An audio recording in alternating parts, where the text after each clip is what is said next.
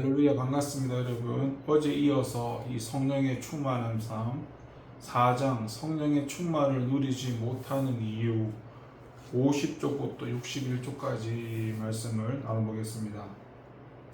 고린도전서 2장 4절과 5절에서 내 말과 내 전도함이 설득력이 있는 지혜의 말로 하지 아니하고 다만 성령의 나타남과 능력으로 하여 너희 믿음이 사람과 지혜에 있지 아니하고 다만 하나님의 능력에 있게 하려 하였노라. 아멘. 사도 바울이 방금 읽었던 이 고린도전서 2장 4, 5절에서 두 종류의 설교와 두 종류의 믿음에 대해서 말을 합니다. 거기에 의하면 첫 번째가 설교자가 어떤 용으로 설교하는가에 따라 회중이 어떤 믿음을 가질 것인가 결정된다는 것이죠.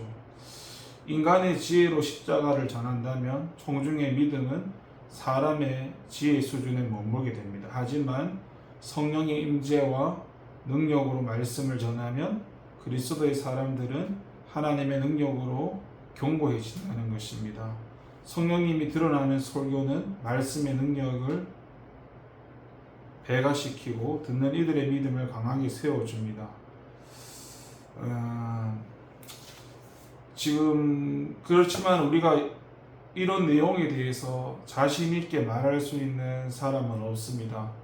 우리가 한 가지 사실만을 붙잡아야 되는데 우리 교회가 철저한 무기력증에 빠져 있다는 것을 깨닫고 오순절의 축복을 온전히 누리는 삶으로 돌아가지 않고서는 결코 회복될 수 없다는 것을 기억해야 되고 우리가 얼마나 부족한지 철저히 깨달을수록 우리는 보다 속히 회복을 갈망하게 되고 그 길로 나아갈 수 있다는 것입니다. 먼저는 우리가 하나님 앞에 하나님이 도와주시지 않는다면 나는 아무것도 할 수 없다. 다윗의 고백처럼 여호와는 나의 목자시니 내게 부족함이 없다. 물론 부족할 수 있지만 여호와를 목자로 하나님으로 인정하고 그분의 말씀을 따라 순종하고 살면 부족함이 없다는 게 그 영적인 하나님과의 고백을 한 게 그 다윗의 고백이었던 것처럼 우리가 방금 읽었던 이 고린도전서 사도 바울의 그 말씀의 내용도 설득력 있는 지혜의 말이 아니라 인간의 말이 아니라 하나님 관계를 통해서 하나님의 역사하심으로 하나님 주인 되심으로 그렇게 말을 하면 하나님이 능력으로 나타나는 거죠. 저도 이게 어떻게 자신이 있어 하는 건 아니지만은 설교를 할 때나 한 번씩 말을 할 때나 하나님이 일을 할 때 저도 사실 지혜가 부족한 사람인데 하나님이 내가 무슨 말을 해야 될지 못할 때 하나님께서 이렇게 말을 하게 하시는 그런 것도 많이 체험을 했었고 제가 계속 그렇게 살지는 못하지만은 지금 사도 바울이 말하는 거는 내 능력이나 내 설득력이 아니라 성령의 역사하심, 성령의 나타나심으로 하나님 주인 되심으로 말을 하고 살아가는 것을 능력이 나타나는 것을 말하는 겁니다. 끊임없이 이거는 우리가 훈련하면서 내 생각, 마음, 감정 이것을 회개하고 성령님께 붙들려야 하나님이 다스리고 통치하셔야 되는 거니까 끊임없이 하나님 앞에 어제 말씀처럼 붙어 있어야 가능한 것이죠. 성령의 충만을 누리지 못하는 이유 가운데 첫 번째가 뭐냐면 51쪽 밑에 죄를 이기는 능력이 부족합니다 라고 나옵니다. 성령님이 오셨을 때 제자들에게 변화가 나타났고 그들에게 어떤 이 신적인 권능이 함께하며 성령님을 통해서 그들이 변화되고 더욱더 용기 있는 충성스러운 사람들로 달라졌습니다. 오늘날 우리가 생각해 보아야 될 게 뭐냐면은 53쪽 맨 위에 가면은 열심이나 여러 가지 자기의 어떤 의의나 가지고 최선을 다하지만 그건 한계라는 게 있는 것이고 우리가 알고 보면은 그 히브리서 말씀처럼 피 흘리기까지 죄와 싸워본 적이 없기 때문에. 그러니까 여러분은 피 흘리기까지 죄와 싸워보셨습니까? 그러니까 피 흘리기까지 싸웠다는 거는 진짜 피 터지게 내 육신과 싸웠다는 것인데, 보통 사람들은 그냥 죄에 대해서 입으로 말만 하고 고백하고 또 가면 또 죄 짓고 밥 먹듯이 이렇게 하지 않습니까? 근데 진짜로 그 죄가 뭐 행위뿐만 아니라 생각, 마음, 감정까지도 다 죄지 않습니까? 그거에 진짜 피 흘리기까지, 그러니까 지금까지 신앙생활 하시면서 싸우신 적이 있는지 한번 돌아보시면 그게 정답이지 않나 싶습니다. 예, 그 정말 작은 거 하나라도 우리가, 하나님은 정말 죄를 싫어하시니까 죄에 대해 민감하면서 회개하고 그렇게 싸울 수 있는 저와 여러분이 되길 소망하고, 두 번째 이유가 뭐냐면 세상으로부터 분리되지 않았다라는 말씀입니다. 주 예수님은 위로 성령님을 보내겠다 약속하시면서 세상은 능히 그를 받지 못하리라 말씀을 하시고, 눈에 보이는 세계만 창념케 하는 이 세상의 영은 하나님과 그분의 뜻만이 전부인 하늘에 계신 예수의 영과 영원히 하여할 수 없는 적대의 관계에 있습니다. 그러니까 세상의 영과 하나님의 영, 이게 함께 할 수 없는 거죠. 그러니까 하나님의 영으로, 그러니까 로마서 말씀에도 성령의 지도와 인도를 따라가는 게 하나님의 자녀 백성이다라고 말씀을 했던 것처럼, 구별된 삶을 살아가기 위해서는 세상의 영이 아니라 하나님의 영으로 가능하다는 겁니다. 그래서 이것도 많은 시행착오를 하게 되겠죠. 결국에 하나님 영으로 따라간다는 것도 하나님께서 우리를 붙잡아 주셔야 되고, 또 그 가운데 우리가 나를 부인하고 주님께 나가야 되는데, 이것도 결국에는 성장해야 되고 시행착오를 해야 되고, 또 하나님의 인도를 받는 그런 많은 훈련과 시행착오들이 있어야겠죠.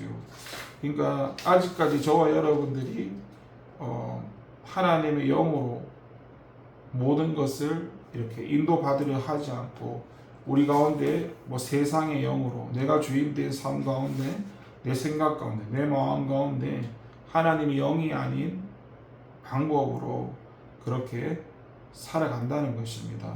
그런데 성령의 충만함을 받고 나면 성령의 인도하심으로 우리가 나갈 수 있는 것이죠.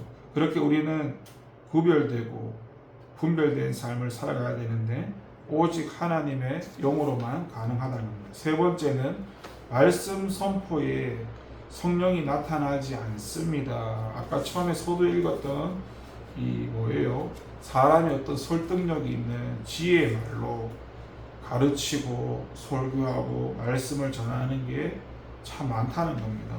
말씀 사역이나 설교, 어떤 은혜의 수단들은 그런 사람의 설득력의 지혜가 아니라 성령의 이런 능력으로, 나타남으로 함께 되어져야 되는데, 오늘날 그렇지 못하다는 거죠. 이런 부분 아까 누누이 말씀드린 대로 그렇게 쉽지 않습니다. 저와 여러분 주변에, 저와 여러분뿐만 아니라 주변의 사역자를 한번 돌아보십시오.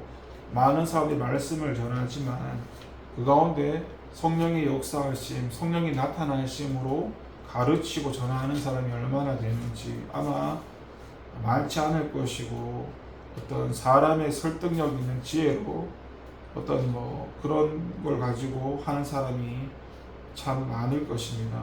근데 이 모든 게 과연 누구 책임일까에 대해서 57쪽에는 둘 다 책임이 있다라고 이야기를 합니다. 그러니까 어떻게 보면 말씀을 전하는 자나 말씀을 듣는 자나 서로를 위해서 하나님 앞에 기도해야 한다고 해나가야 하는 것이 맞는 거지요. 저와 여러분이 앞에 리더 자리를 위해서 기도하시고, 기도한다는 게 결국 하나님이 그 사람을 다스려 주셔서, 하나님 붙잡아 주셔서 하나님 역사해 달라고 그렇게 기도해야 하는 것입니다. 네 번째는 주님께 대한 전적 헌신이 결여되었다. 전적 헌신이라는 게 내 전부를 드린다는 건데, 우리가 어떤 전적의 반대말은 상반되는 건데 일부적이다 이런 말을 쓰지 않습니까?